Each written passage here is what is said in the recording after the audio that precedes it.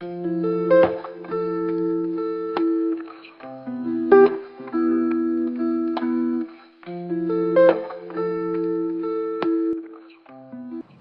ayam telah menjadi salah satu makanan favorit di berbagai kalangan, dengan rasa yang meresap sempurna, tekstur mie yang kenyal, dan ayam yang empuk.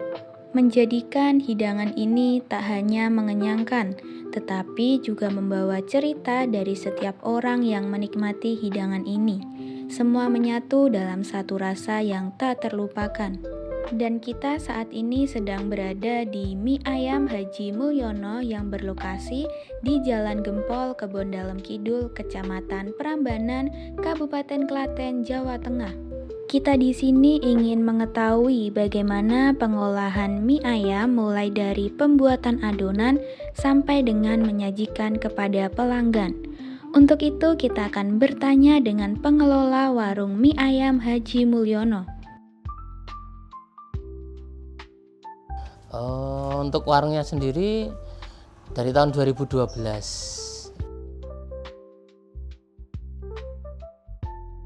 Sebenarnya dulu itu ingin melanjutkan usaha orang tua pertama.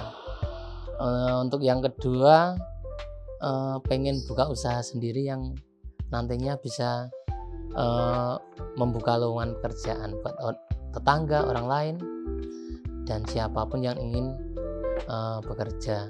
Untuk yang ketiga ya yang jelas itu untuk membuka lowongan pekerjaan.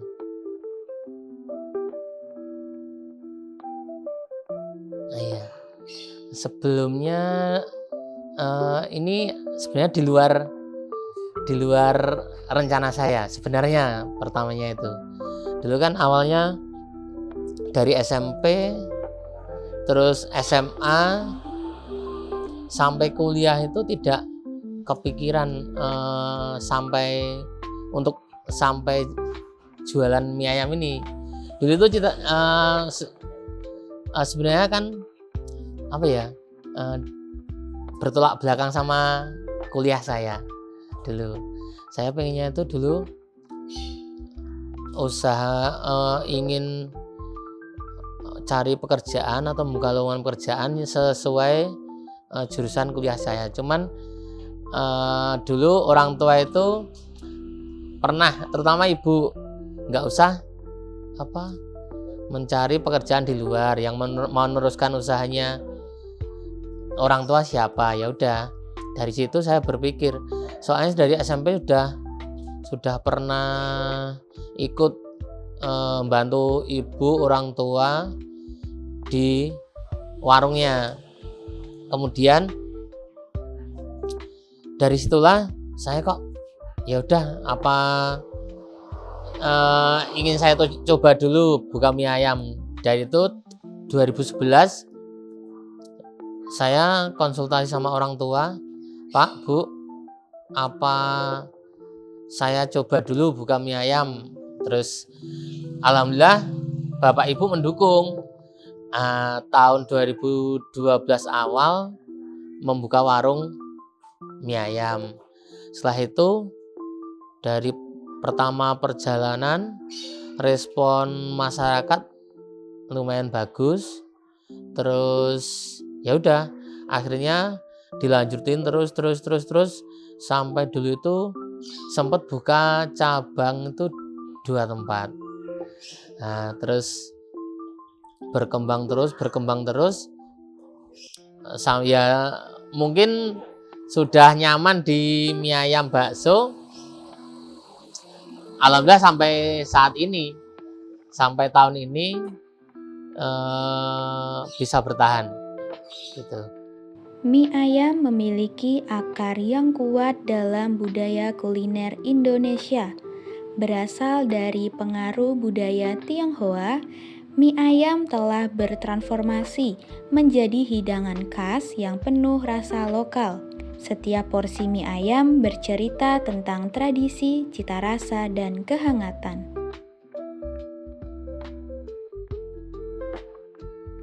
Untuk proses di pabriknya sendiri, yang pertama itu dari tepung biasa, tepungnya boleh menyebut produk nggak? Oh ya, untuk tepungnya sebenarnya ada 2 tepung, dari Bogasari juga Sri Boga.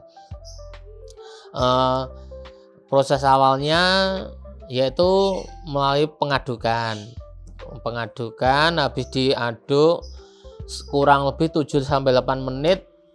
Setelah diaduk itu mesinnya ada pengaduan mesin pres 1, 2, 3 sama mesin potong. Jadi yang pertama itu diaduk dulu, dicampur air di mesin pengaduk, mesin molen itu. Setelah kurang lebih 7 menit nanti kemudian dimatikan, kemudian masuk proses ke mesin pengepresan yang besar. Setelah dari proses pengepresan yang besar, kemudian setelah selesai masuk ke proses pengepresan yang kedua yang agak kecil. Terus kemudian yang setelah selesai yang kedua pengepresannya, nanti masuk mesin pengepresan ketiga. Setelah jadi di ketiga masuk yang terakhir, yaitu pemotongan sehingga menjadi berbentuk potongan kecil-kecil yang seperti itu, jadi sudah jadi mie itu. Kemudian yang terakhir baru penjualan. Mie ayam lebih dari sekedar hidangan yang menggugah selera. Setiap porsi mengandung keseimbangan nutrisi yang penting bagi tubuh. Karbohidrat dari mie memberikan energi, protein dari ayam mendukung pertumbuhan otot, sementara serat dari sayuran membantu pencernaan. Sebuah kombinasi sempurna yang tidak hanya memuaskan rasa lapar, tetapi juga berkontribusi pada kesehatan tubuh secara menyeluruh. Yang pertama, terutama persaingan. Semakin lama itu semakin banyak penjual mie. Terus yang kedua itu untuk konsisten di rasa.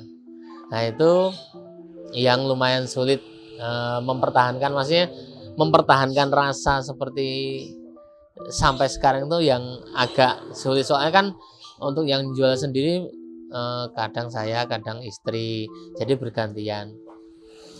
Kemudian yang ketiga itu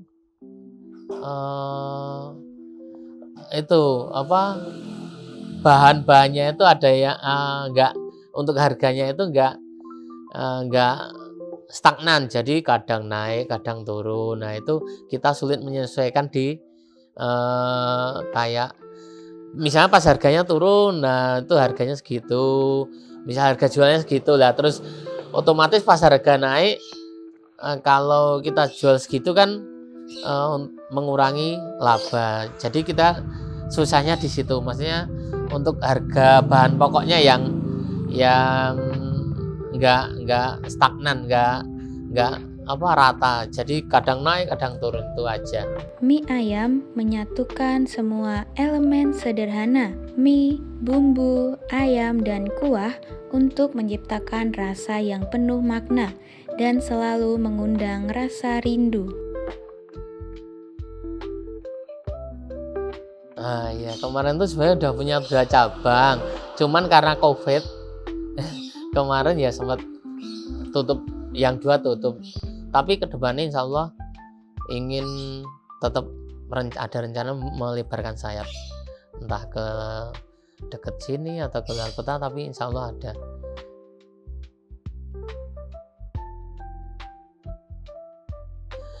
Yang jelas kita dilatih di sini, dilatih untuk belajar sabar, terus pantang menyerah, terutama harus ulet gitu. Jadi menurut saya kalau ingin berbisnis yang terutama yang berbentuk makanan atau kayak warung, itu yang jelas harus ada niat, tekad, sama keuletan, sama kesabaran. Itu yang paling paling penting sih selama ini yang saya dapat. Jadi kan kebanyakan sekarang persaingan banyak, terus ekonomi juga nggak menentu. Kalau kita nggak sabar atau nggak telaten atau ulet, mungkin ya itu akan gulung tikar. Yang jelas harus telaten sama ulet gitu. Hidup ini layaknya roda yang berputar.